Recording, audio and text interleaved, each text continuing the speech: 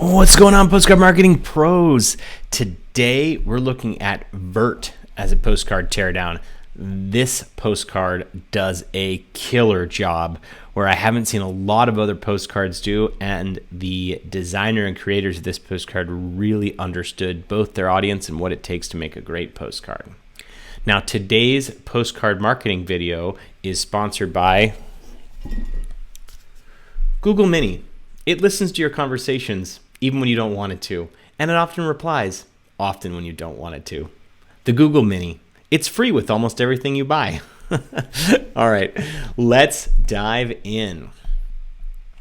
First off, you guys just got to give Viirt props here for doing something that you don't see often. And even Scout does a lot of this kind of stuff, and very few of our campaigns even are this cool, personalized.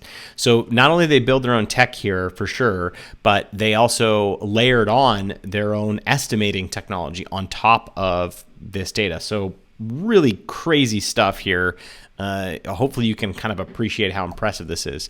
Now, the only downside is this image is going to look grainy, of course, because they're using the free Google Maps imagery, and some of that imagery is really fantastically high resolution and some is just okay. So, that's kind of a minus here, but the plus is just so killer. This company recognized that there's a huge value in the ADI attention, desire, interest, action model, right? You have to get someone's attention, and they did that with this, especially this side of the postcard. It's got your roof from space. It's got your address. You're like, oh, I recognize my address. It's got some, specific data points, stories, roof pitch. I don't know why they use acronyms. Like, no one's going to be like, nah, my roof pitch is 911, not 912. I can't do, blah, blah, blah. So I think that, they probably should have not used industry jargon here. But I do like how they show the industry average and the Viirt estimate. But I don't know. I don't know what they're pitching me. So I think I would have been a little bit clear here. I think they should have said somewhere, Viirt can save you $3,674 on a new roof. Perfect. That's all you need to say. And also, don't put the $12,000 bold. No one wants this is what I have to pay. Don't be like, this is a giant number that you have to pay. Make the savings. You save $3,674 on a new roof. All you got to say. People will get it, right? So I love that. So overall, really, really great postcard site. Usually I talk about you need an offer on both sides, but I think in this case, the attention piece is really important because that's going to draw people in and be like, oh, wow, this is my roof. Let's look at the back. See your free estimate on the other side. Fine. They have a squirrel. It looks like a squirrel is building my roof. A little bit scary to think that they're just going to outsource my roof building to an animal. But I think, again, I don't like huge logos on things unless you're a known brand. But in this case, if you're doing like cold prospecting and people don't really know who you are and you haven't done any brand building, you just make your logo small. It's okay. It doesn't need to be the thing that people see. They care about their problem, not who you are. So your new roof is only a click away. The other thing that I know a little bit about the roofing industry, like almost nothing, but I do know that you can tell how old a roof is from space because the newer ones, especially newer commercial roofs, are white because they're reflective. They're super, they're good at not absorbing energy essentially.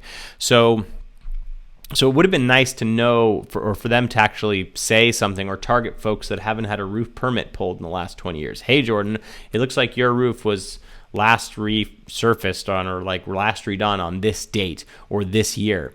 That's really cool, right? Because then they can actually target by pain. So super important. You view your estimate at. I love the fact that they have a URL here. I think I would make it clearer and bigger. All this information kind of bleeds together, but I would say see your estimate here. But also, they already showed the estimate on the back side, so why should I act? Again, this is the this is the question that always plagues postcard designs. Why should I act? Why now? What am I going to lose out if I don't act now? So I think that that's the key, is like, I have to lose something if I don't act now, because loss aversion is a very, very strong impulse that's just in who we are.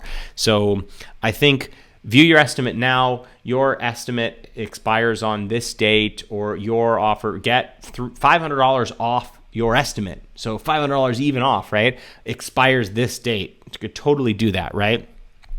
Or even get something for free, right? People love free. So find some way to save free roof evaluation, or like, we'll come out and tell you if you need a new roof. Maybe you shouldn't buy a roof. We'll tell you how long your roof will last and how much you got in it. So maybe you should sell before that time comes. So I think that, again, I would have a clear thing, like, get a new roof for $3,468 less than other people might charge you. That makes sense. Or save $500 on a new roof. That might make sense to have a big, huge headline here. And then make the offer really, really obvious. Info at, don't do that. Just have a person. Just put a person, and it's okay if it's like an alias, but make it feel like a person, so I know I'm emailing someone.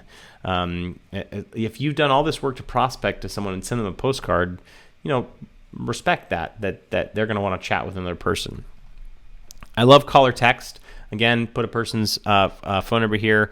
But I think really the only thing that this postcard doesn't do great is there's no clear timeline here, and the call to action probably could be a little bit bigger. But overall, I love this postcard. I mean, I think B+, A-. They've done a really good job of getting attention, and I think folks that have a roof challenge here are going to message them, because it feels like these people really know what they're doing. You should now congratulate yourself. You're a little bit smarter, and you've learned a little bit more about postcard marketing and postcard design.